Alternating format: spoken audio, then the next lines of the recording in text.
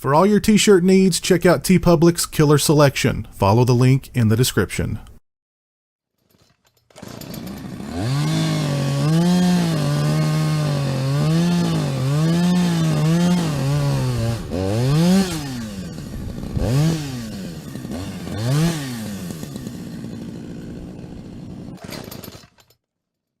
Hey, what's up people? Pizzal here, and today I want to talk to you guys about the new Scream Factory Collector's Edition Blu-ray release for 1989's CYBORG. Now, this is partially going to be a review of the movie as well as a review of this Blu-ray release.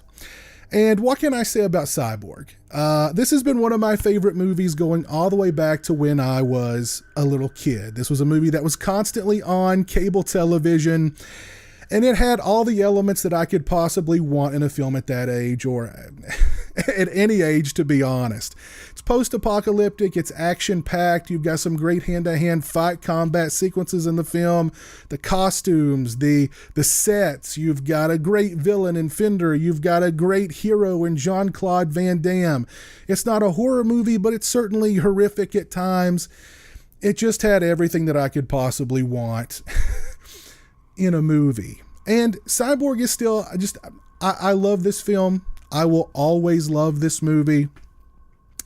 And this was a Cannon film, and thank God for Cannon films. I know I've said that in the past, but just imagine if Cannon films had not existed, all the great movies we would have missed out on, including CYBORG.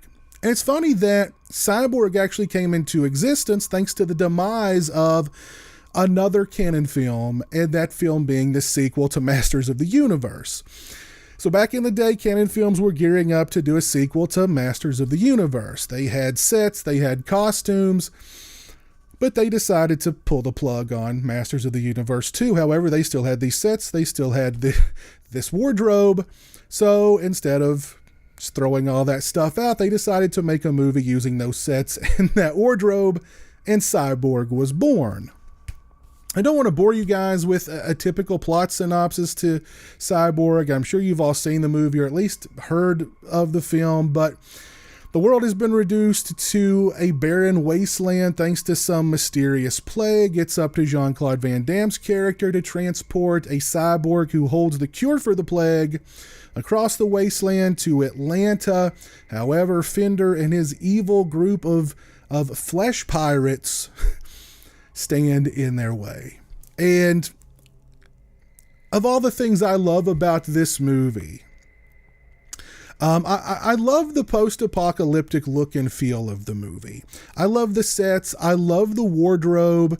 And this was no doubt a very, very low-budget film. Knowing Cannon films, this was a low-budget movie. But I think the sets and the wardrobe and just the overall production design definitely make it look like a little bit more expensive movie than I'm sure it was.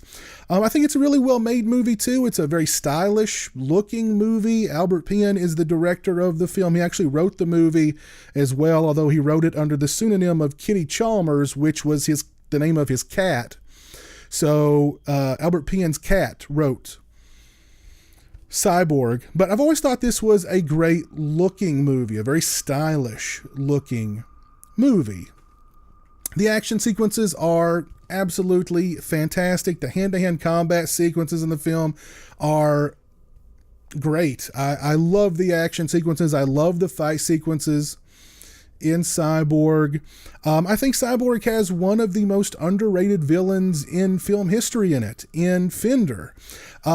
His just look, his just evil persona, everything about him was just, as a kid, I was really sort of both in awe and really intimidated by him as a character. And there was also a guy in my neighborhood when I was growing up who had this reputation of being a badass.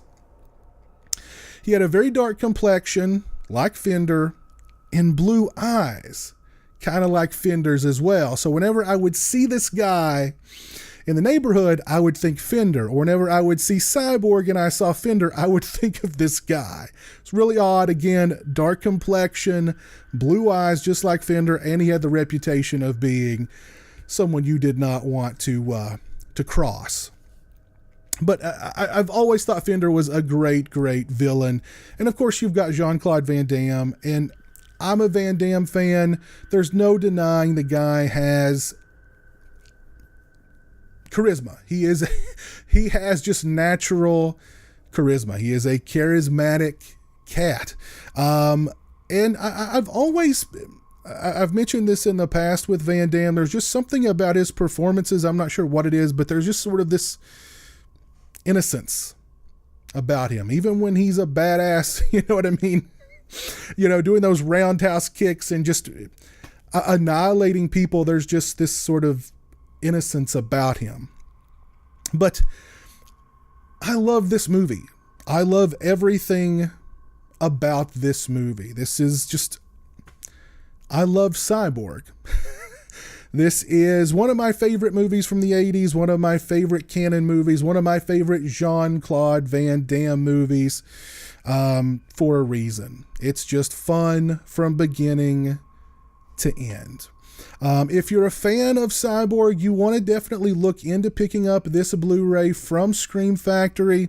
It sports a new 2K scan of the inner positive. We've got this nice slipcase here with some newly commissioned artwork, as with all of their collector's editions. On the inside sleeve here, you can flip this around for the original poster artwork, which I have done.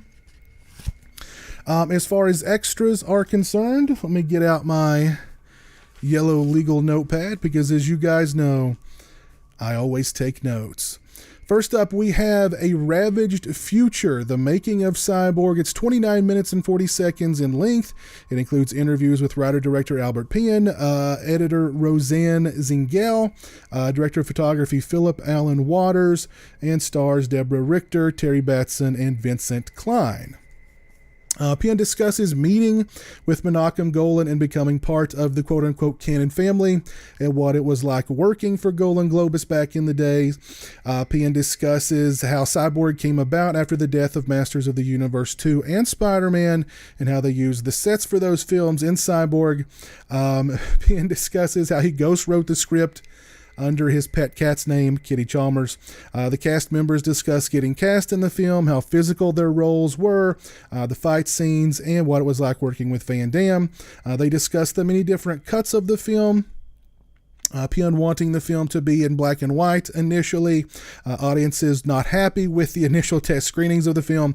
Eventually, Van Damme went in and supervised an edit of the film, but I'm not entirely sure which version or which edit actually made it to the theatrical release of Cyborg, if it was the Van Damme cut. I know Albert Penn had his own director's cut, which he independently released a few years ago, so I'm not exactly sure what cut we have here. They all discuss the legacy of the film and much more. Very nice making of documentary for Cyborg. Of course, it would have been a lot better if Van Damme was involved, but not bad overall. 29 minutes and 40 seconds of making of for Cyborg. We get next up Shoestring Fantasy, The Effects of Cyborg. It's 11 minutes and 57 seconds in length. It includes interviews with Go Motion technician Christopher Warren, rotoscope artist Brett Mixon, and visual effects supervisor Gene Warren Jr. They discuss the various effects in the film and how they were accomplished. Nice but brief interviews with the guys behind the effects of Cyborg. We also have extended interviews from the Electric Boogaloo, The Wild Untold Story of Canon Films. The total is 1 hour, 3 minutes, and 34 seconds in length. It includes interviews with Albert Payan and Sheldon Leddish, all about Canon, all about Cyborg, etc. We also get a theatrical gallery, or a theatrical trailer, a still gallery, and we get an audio commentary with Albert Penn. I did not watch the film with the commentary just yet. The picture quality and the sound quality on this release are both pretty good. I'd give them both 4 out of 5. I am a little... When it comes to collector's editions with Scream Factory, I do expect a little bit more than what we got here. I think they're kind of stretching what they can consider a collector's edition. However, again, the making of, it's 29 minutes and 40 seconds in length. It was pretty nice, and the new 2K transfer of the film is not bad at all as far as the picture quality and sound quality are concerned. If you are a fan of Cyborg, I would recommend looking into picking up this Blu-ray from Scream Factory. Again, the picture quality and the sound quality are both good on the new 2K transfer, and we get a nice, about a half an hour making of featurette discussing the film. I would have liked maybe a few more special features on here to really make it feel more like a collector's edition Blu-ray release from Scream Factory, but I still recommend picking up this release overall if you are a fan of Cyborg. If you've not seen Cyborg, by all means, run out and watch the film. This Blu-ray would be a great way to introduce yourself to the film. If you've seen Cyborg, please let me know your thoughts on it down in the comments section below. If you're not following me on social media, those links are in the description. They're also right around here. I'm currently running 2 giveaways on my channel. One giveaway involves 3 hockey masks on high quality screen accurate blanks. Follow the link in the description and enter that giveaway today if you haven't already. I'm also giving away 2 bottles of lake water directly from Camp Crystal Lake, aka Camp Nobby Bosco in New Jersey, where Friday the 13th was filmed. If you've not entered that giveaway, follow the link in the description, head over to my website and enter that giveaway today. As always, thanks so much for watching. I really appreciate it. Take care, and until next time, peace. Join the $1 a month club and help support my channel on Patreon. Thank you to my current patrons: Kevin Smythe, Orc145626, B-Movie Mike, Turi Delamore, Joseph Charlesworth, Grindhouse Grotto, Jeremiah Lambert, Farron Sutton, Craig Farrand, Robert Sobel, Derek Jana, Johnny Yeager, Richard Mead, Lori Holt, Demon Waffles, Mitch Odell, PB Sam 6, and Tim Williams.